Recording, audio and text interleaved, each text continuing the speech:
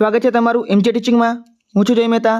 TAT HS અને TAT એસની prelims માટે જે શૈક્ષણિક મનોવિજ્ઞાનનો 15 માર્કનો ટોપિક છે એનો આપણો બીજા નંબરનો લેક્ચર છે. આની પહેલાંના લેક્ચરમાં મેં તમને વૃદ્ધિ અને વિકાસનો ટોપિક કરાવેલો છે અને આજના વિડીયોમાં હું તમને તરુણાવસ્થા વિશે સમજાવીશ. ખૂબ જ નાનો અને ઇઝી ટોપિક છે. તમને રમતા રમતા વિડીયો પૂરો થશે ત્યાં સુધી તમને આવડી જશે, એટલે ધ્યાનથી આખો વિડીયો જોજો. આની પહેલાંના લેક્ચરમાં મેં તમને જે મનોવિજ્ઞાનની સંકલ્પના છે અને એના વિશે અમુક વ્યાખ્યા અને અમુક મનોવિજ્ઞાનના નામ વિશે સમજાવેલું હતું. પછી વૃદ્ધિ અને વિકાસની અલગ અલગ વિભાવના મતલબ કે વ્યાખ્યાની બધી વસ્તુ સમજાવેલી હતી, એનો તફાવત જોઈ ગયા હતા. અને પછી 10 જેટલા એમસીક્યુ સોલ્વ કરેલા હતા. એમસીક્યુમાં તમને ખબર જ છે કે જેમાં જે જૂના પેપરના એમસીક્યુ છે એનો સમાવેશ કરેલો છે, એટલે તમને ખબર પડે કે એક્ઝામની અંદર કેવા પ્રકારના પ્રશ્નો પૂછાતા હોય છે. તો હવે હું તમને તરુણાવસ્થા, જેને આપણે એડોલેસન્સ કહેતા હોઈએ છીએ, એના વિશે સમજાવીશ. જો તમને કન્ટેન્ટ ગમતું હોય, મારી મહેનત ગમતી હોય અને વિડીયો સારો લાગતો હોય તો ખાસ કરીને વિડીયોને હાઈપ આપી દેજો, એટલે આ વિડીયો છે બીજા લોકો સુધી પહોંચી શકે. અને કમેન્ટ કરી નાખજો, સારી ખરાબ તમે કોઈ પણ કમેન્ટ કરી શકો છો, બરાબર. પણ એક કમેન્ટ કરજો એટલે જે યુટ્યુબનું એલ્ગોરિધમ છે એ પ્રમાણે કમેન્ટ હોય, લાઇક હોય અને બીજા સાથે શેર કરેલું હોય તો આ વિડીયો ઘણા લોકો સુધી પહોંચી શકે, બરાબર. એટલે એમાં તમે એક ફાળો આપજો તમારો. તો શરૂ કરીએ આપણે તરુણાવસ્થા.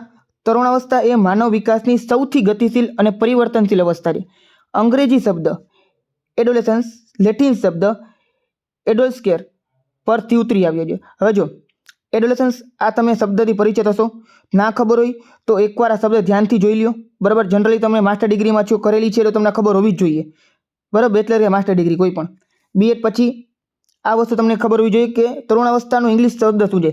આની એક નેટફ્લિક્સમાં વેબ સિરીઝ પણ આવેલી છે, બરાબર, જેમાં 4-5 અલગ અલગ એપિસોડ છે, એ પણ તમે જોઈ શકો છો. બહુ સારી એવી વેબ સિરીઝ છે. તો એડોલેસન્સ છે એ લેટિન શબ્દ ઉપર ઉતરી આવ્યો છે. હવે તમને આ પ્રશ્ન પૂછાઈ શકે છે કે આ કઈ ભાષાના શબ્દ પરથી ઉતરી આવ્યો છે? તો લેટિન શબ્દ, લેટિન ભાષા, બરાબર,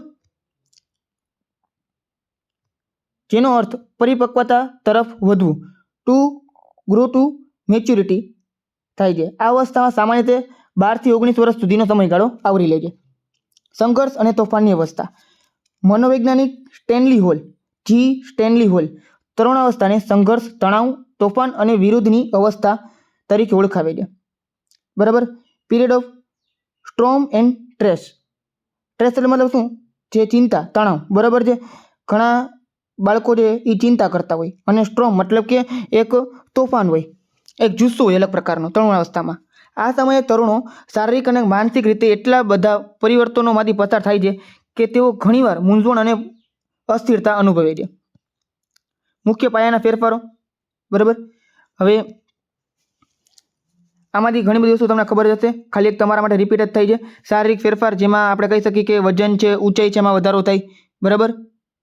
અંતઃસ્ત્રાવી ગ્રંથિઓ, એને કારણે જે ગૌણ જાતીય લક્ષણો છે એમાં વધારો થાય, જેમ કે છોકરાનો ઘેરો અવાજ બનવો, દાઢી મૂછ, પછી જનન અંગોનો વિકાસ થવો, છોકરી છે એમાં સ્ત્રીત્વ ધારણ થાય છે અને માસિક ધર્મની શરૂઆત થાય છે, બરાબર. 12 થી 19 વર્ષની વચ્ચે આ બધી વસ્તુ થતી હોય છે. પછી માનસિક અને બૌદ્ધિક ફેરફારો, તર્ક શક્તિ, કલ્પના શક્તિ, સર્વોચ્ચ વિકાસ થાય છે. અમૂર્ત ચિંતન કરવાની ક્ષમતા હોય. જો આ તમને ખૂબ જ મહત્વનો પોઈન્ટ છે, અમૂર્ત ચિંતન, જેને એબ્સ્ટ્રેક્ટ થિંકિંગ કહેવાય. એવી વસ્તુ જે હકીકતમાં નથી એના વિશે વિચારવું. મૂર્તનો મતલબ શું? મૂર્ત મતલબ કે જે છે, જેને તમે અડી શકો છો, જેને તમે જોઈ શકો છો, એને મૂર્ત કહેવાય. અમૂર્તનો મતલબ શું? અમૂર્તને કહેવાશે એબ્સ્ટ્રેક્ટ, બરાબર. એબ્સ્ટ્રેક્ટ મતલબ કે જે વસ્તુ છે નહીં પણ તમે એની કલ્પના કરી શકો છો. તો જે કાલ્પનિક ચિંતન છે એ આ અવસ્થામાં આવતું હોય છે. તરુણોમાં સ્મૃતિ અને એકાગ્રતામાં વધારો જોવા મળે છે. ભવિષ્યની યોજનાઓ અને કારકિર્દી વિશે વિચારતા થાય છે. સાંવેગિક ફેરફારો, આવેગોમાં તીવ્રતા અને અસ્થિરતા જોવા મળે છે. તેઓ ક્ષણમાં અત્યંત ઉત્સાહી અને અન્ય ક્ષણમાં તે નિરાશ થઈ જાય છે. વિજાતીય આકર્ષણ પ્રબળ બને છે. પ્રેમની લાગણીઓ ઉદ્ભવે છે. સ્વ ઓળખ, આઈડેન્ટિટી અને આત્મસન્માન પ્રત્યે તેઓ અત્યંત સભાન હોય છે. હવે જો આ જે અવસ્થા છે, બરાબર, આની અંદર વિજાતીય આકર્ષણ અને પ્રેમ આ વસ્તુ આવતી હોય છે. બીજી વસ્તુ કે પોતે કોણ છે, સ્વની ઓળખ, એના વિશે એ પોતે ચિંતા કરતો હોય છે. તરુણ કોઈ વ્યક્તિ છે એના વિશે, છોકરી કે છોકરો કોઈ પણ, બરાબર. પછી આત્મસન્માનની ભાવના જાગે. જો નાના કોઈ બાળકો હોય ને, જે આપણે જોઈએ ને કે 5-7 વર્ષના કોઈ બાળકો હોય, બરાબર છે, એને તમે ખીજાવજો ને તો એ આમ તો નકટા હોય. આપણે કહીએ નકટા શબ્દ તમે સાંભળેલો હશે, બરાબર. એવું તમે સાંભળ્યું નવે નાકે દિવાળી, મતલબ કે એ લોકોને ગમે એટલું ખીજાવ, એ પોતાની ધૂનમાં જ હોય. પણ તમે એકવાર મોટા છોકરાઓને ખીજાવ ને, બરાબર, તો એમાં આત્મસન્માન હોય, કારણ કે એનામાં એ ભાવના જાગી ગઈ હોય આત્મસન્માનની. એટલે એકવાર તમે ખીજાય પછી છે ને બની શકે કે એ કામ બીજી વાર કરે નહીં, કાં તો એકદમ વિરોધાભાસમાં આવી જાય, પછી એટલું આપણે દૂર થઈ જાય, કાં એવા જે ખરાબ વર્તન ચાલુ કરી દે કે તમે કલ્પના કરેલી ના હોય, બરાબર. એટલે એમાં આત્મસન્માન હોય છે જનરલી, આમ જોવા જઈએ તો, કે એકવાર તમે એને બધા વિચારે કહી દો તો એ પોતે એ વસ્તુ કામ કરવાનું બંધ કરે છે, અથવા અહીંયા ગુસ્સો પણ ભરાતો હોય છે. સામાજિક ફેરફારો, સમવયસ્ક જૂથ, પિયર ગ્રુપનું મહત્વ સૌથી વધુ હોય છે. મિત્રોના અભિપ્રાયો માતા પિતા કરતાં વધુ પ્રભાવશાળી બને છે, કારણ કે સમવયસ્ક જૂથ છે એમાં હોય છે. એટલે સ્વતંત્રતાની ઝંખનાને કારણે વડીલોને શાસન સામે વળવો કરવાની જાગૃત વૃત્તિ જાગે છે. સામાજિક સેવાઓની ભાવના, હીરો વર્શિપ એટલે કે આદર્શ વ્યક્તિને અનુસરવાની વૃત્તિ દેખાય છે. હીરો વર્શિપનો મતલબ શું? કે જે વ્યક્તિની માનતું હોય, જે વ્યક્તિને આઈડિયલ માનતું હોય, બરાબર, એ કોઈ પણ હોઈ શકે છે. કોઈ ક્રિકેટર હોઈ શકે છે, પછી પિક્ચરનો હીરો હોઈ શકે છે, બરાબર, અથવા કોઈ બીજો વ્યક્તિ હોઈ શકે છે. એની વર્શિપ કરે. વર્શિપ મતલબ શું? એની પૂજા કરે અને એને બહુ આમ સારો માનતો હોય, એની દરેક જે વસ્તુ છે એની કોપી કરવાનું ચાલુ કરતો હોય. સાચે આમ જોવા જઈએ આપણે તો કોઈ પણ વ્યક્તિની હીરો વર્શિપ નહીં કરવાની. કોઈ પણ વ્યક્તિ હોય, ભલે ગમે એટલો સારો હોય, બરાબર, એના સારા ગુણ તમારે લેવાના, પણ એનો મતલબ કે એ વ્યક્તિને ભગવાન તમે બનાવી દો. ગમે એમ તો એ માણસ જ છે, એ પોતાના કામથી આગળ વધીને ફેમસ થાય છે. તમારે એના કામને કોપી કરવાની ટ્રાય કરવાની, એને કોપી કરવાની ટ્રાય નહીં કરવાની. સમજી તમને, બરાબર. કોઈ વ્યક્તિના કામને કોપી કરો, એ કામ સારું કરે તો એના પાસેથી શીખીને તમે કામ સારું કરી શકો છો. પણ એ વ્યક્તિને કોપી કરશો તો એ વ્યક્તિમાં કેટલા અમુક ખરાબ ગુણ પણ હશે જ, દરેક વ્યક્તિમાં હોય, બરાબર. તો એની હારે એ પણ વસ્તુ આવતી જાય, એ ધ્યાનમાં રાખવાનું. તરુણોની મુખ્ય સમસ્યાઓ અને પડકારો: શારીરિક ગૂંચવણો, ખીલની સમસ્યા, શરીરના દેખાવમાં થતા ફેરફારોને કારણે લઘુતા ગ્રંથિથી અનુભવી. અમુકની હાઇટ વધારે સ્પીડમાં વધી જાય તો અમુકની ઓછી હોય, એને વધતા વાર લાગે, કારણ કે મેં તમને કીધું એ પ્રમાણે અમુક સમયમાં ફેરફાર થતો હોય. જરૂરી નથી કે બધા એક જ સરખા સમયે વિકાસ એક સરખો થતો, વિકાસમાં પરિવર્તન આવતું હોય છે, બરાબર. અમુકની એક હાઇટ છે એ 12-13 વર્ષે વધવાનું ચાલુ થઈ જાય, 15 વર્ષે બહુ સારી વધી ગઈ હોય, અને અમુકની હાઇટ છે એ 15-16 વર્ષ પછી વધે, તો 2-3 વર્ષનો કે 1-2 વર્ષનો ગાળો જોવા મળતું હોય છે. તેને લીધે લઘુતા ગ્રંથિથી પીડાતા હોય. પેઢી અંતર, જનરેશન આપણે કહેતા હોઈએ જનરેશન ગેપ. માતા પિતાની સમજ અને તરુણોની વિચારધારા વચ્ચે સંઘર્ષ થવો. વ્યસન અને ગેરમાર્ગે દોરાવવું. મિત્રોના દબાણ, કુતૂહલ, ધૂમ્રપાન અને નશીલા દ્રવ્યો તરફ પ્રેરાવું. કોઈ મિત્ર છે એનું વધારે માનતો હોય, પછી એવું લાગે કે આ મારી વાત નહીં માને તો આપણે શું કરતી, ભલે એની વ્યક્તિ ખરાબ હોય તો એની એકવાર વાત માની લે. કથો તો એ વ્યક્તિ કંઈક ખરાબ આદત આપણે નાખવા માંગતું હોય, ધૂમ્રપાનની છે, કોઈ સિગરેટ છે, બીડી છે, કંઈ નશીલો પદાર્થ છે, તો આપણે ચાલુ કરતી, કારણ કે આપણે ફ્રેન્ડ કહીએ છીએ એટલા માટે. એટલે એવું બાળકોમાં જોવા મળતું હોય છે. કારકિર્દીની ચિંતા, ભવિષ્યમાં શું બનવું, સમાજમાં સ્થાન મેળવવાની પ્રેરણા અને આ બધી વસ્તુ તણાવ જોવા મળતું હોય. ચલો, તરુણોમાં સાથે કામ કરતી વખતે શિક્ષકે અત્યંત સાવધાની અને સહાનુભૂતિ રાખવી જોઈએ. જો આપણે આખી બધી વસ્તુ સમજી, પણ સમજી શેના માટે? કારણ કે આપણે શિક્ષક બનવા જઈ રહ્યા છીએ, બરાબર છે. જો તમારે જે ઉંમરના સાથે કામ કરવાનું છે એ અંદાજિત 9, 10, 11, 12 ધોરણ માટે તમે છો, બરાબર. ટાટ એસ કે ટાટ એચએસ, તો તમે જે બાળકોને ભણાવશો એ બાળકો 14 થી લઈને 18, 19 વર્ષ સુધીના હશે. તો આ તરુણ અવસ્થાની ઉંમર છે. આમાં ઘણું બધું આડાવડું થઈ શકતું હોય બાળકોની અંદર. તો આપણે એના સાથે કામ કરવા માટે અમુક વસ્તુ ધ્યાન રાખવી જોઈએ. મિત્ર તરીકે વ્યવહાર કરવો. શિક્ષકે તરુણો સાથે શિસ્તના નામે કળકાઈ રાખવાને બદલે એક મિત્ર અને માર્ગદર્શક તરીકે વર્તવું જોઈએ. જાતીય શિક્ષણ, શરીર વિજ્ઞાન, જાતીય ફેરફારો વિશે વૈજ્ઞાનિક સ્પષ્ટ અને સમજ આપવી જોઈએ, જેથી તરુણોમાં રહેલો ડર અને મૂંઝવણ દૂર થાય. યાદ રાખજો, ઘણી બધી વસ્તુઓ હોય છે જાતીય શિક્ષણ માટે, બરાબર, જેને આપણે સેક્સ એજ્યુકેશન કહેતા હોઈએ છીએ, અને આપવું ખૂબ જ જરૂરી. 10મા ધોરણની અંદર અને 9મા ધોરણમાં પર્ટિક્યુલર એની વિજ્ઞાનમાં બુક આવે જ છે. વિજ્ઞાનની બુકની અંદર આખું એક અલગ ચેપ્ટર જ છે એના વિશે, તમને ખબર હશે, બરાબર. જો તમે 11, 12માં ભણાવતા હો અને તમારો કોઈ એવો સબ્જેક્ટ છે ભાષાનો અથવા તો કોઈ કોમર્સનો કોઈ સબ્જેક્ટ છે, બરાબર, અથવા આર્ટ્સનો બીજો કોઈ સબ્જેક્ટ છે, છતાં પણ તમારે આ બધી વસ્તુ વિશે વિદ્યાર્થીઓને જ્ઞાન આપવું જોઈએ, બરાબર. છોકરીઓને અલગથી જ્ઞાન આપવું જોઈએ અને છોકરાઓને પણ આ વસ્તુ વિશે અલગથી જ્ઞાન આપવું જોઈએ. બંનેને જે ટોપિક છે બંનેને ભેગા તમે સમજાવી શકતા હોય બંનેને ભેગા સમજાવવાના. અમુક વસ્તુ વિશે સેપરેટ સમજાવવાનું. શું કામ? કારણ કે તમે જ્યારે માહોલમાં જાશો ત્યારે તમને ઓટોમેટિક ખબર પડે. તમારામાંથી ઘણા બધા શિક્ષક હશે જ અત્યારના, આ વસ્તુ સમજાવવી જ જોઈએ, કારણ કે એના ઘણા બધા પ્રશ્નો હોય જે પોતે મા બાપને ના પૂછી શકતા હોય. ઘણા બધા મા બાપ છે એ કન્ઝર્વેટિવ માઇન્ડ ના હોય, આ બધી વસ્તુ વિશે ઘરે વાત ના કરી શકતા હોય, બરાબર છે. તો એ તમારે સોલ્વ કરવું પડે. પરામર્શ, બરાબર, કાઉન્સેલિંગ, જરૂર જણાય તો મનોવૈજ્ઞાનિક પરામર્શ આપવું અને તેમની શક્તિઓને રચનાત્મક કાર્યોમાં વાળવી.